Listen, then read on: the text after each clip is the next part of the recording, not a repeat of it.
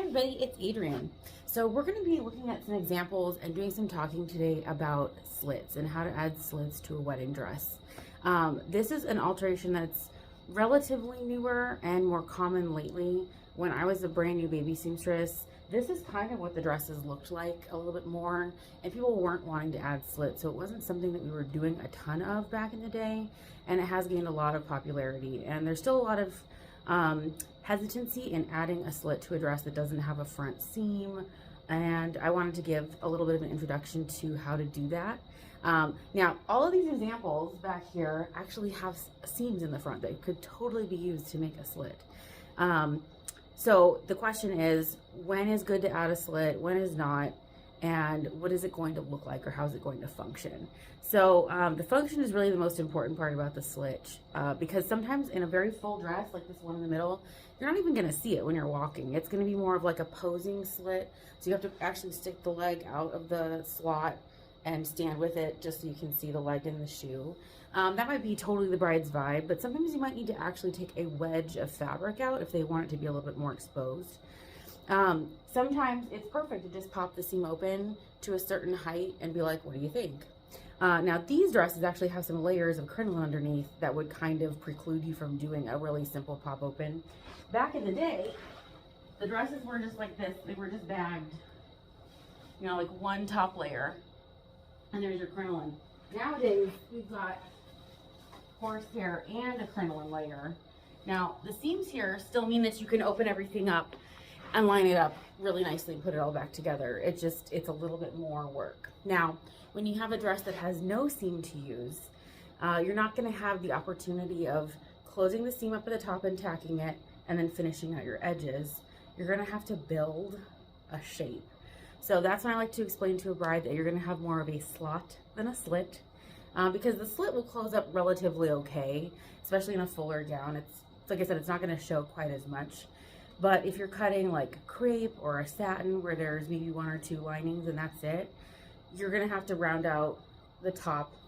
Or if they want it to where it's coming down to like a feature, like a seam line, you wanna carry and like create a seam that you can close and then create your actual slit opening. So it can feel nerve-wracking and fresh, because it kind of is, and on a dress when you're cutting the seam in for the slit, there's no going back.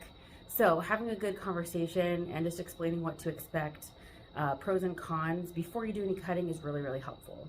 Now, there's a couple of little things that I do in talking with brides. When they're standing in their dress, I'll have them move their knee around under the dress so I can see where their knee is. If they want a lot of visual pop from the leg, I want to line it up right at the center of their kneecap. And then I'll ask them how high they want to go. And I will actually take a piece of ribbon with a weight of some sort, and I'll pin it so I get a little plumb line so I can see where gravity is going to fall, and I can cut straight on them, or I can pin straight out. Now, when you're cutting a seam in for a slit, you're going to want to have a second appointment, because that's going to drop the fabric grain, and you're going to want to pin your hem after that grain has had a chance to settle. So I wouldn't start pinning your hem. I would actually cut the slit in place on them so that it can start hanging, and see them for a second appointment to get the hem pinned to perfection. I don't think there's a stress with adding a slit to a dress if you plan properly timeline-wise and setting the good expectation and just saying, all right, now when we cut this, we can't close it back up, so how are you feeling? And just gauge.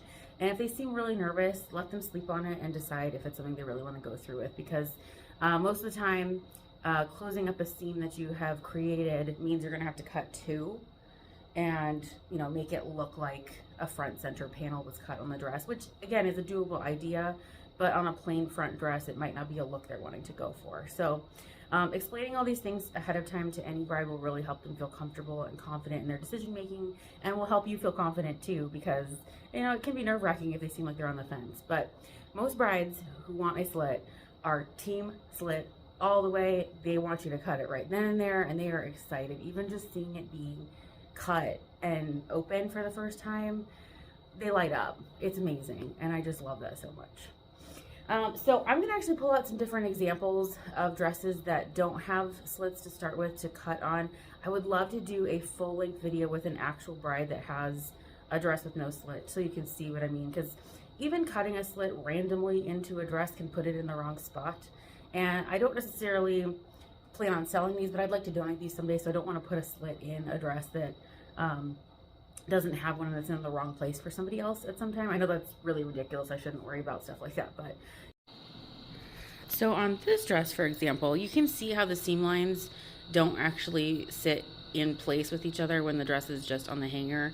This is one of the reasons I wouldn't just make a slot or a slit willy-nilly, because this might line up perfectly on her, but it might actually lay where this lays. So looking at it on them in person will give you a better idea of how you want to handle this, because the lining and the top layer of lace might be cut totally differently, and you would need to see that hanging on them in person.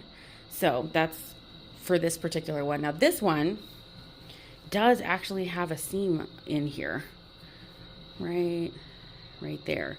And that might not be where she wants the slit to be in the first place. So this is where I would have them pop their knee out so you can see where their knee is. And on a sheer one like this, I would actually cut the lining first and then see where the tulle falls so that I can connect them together in a way that makes the most sense.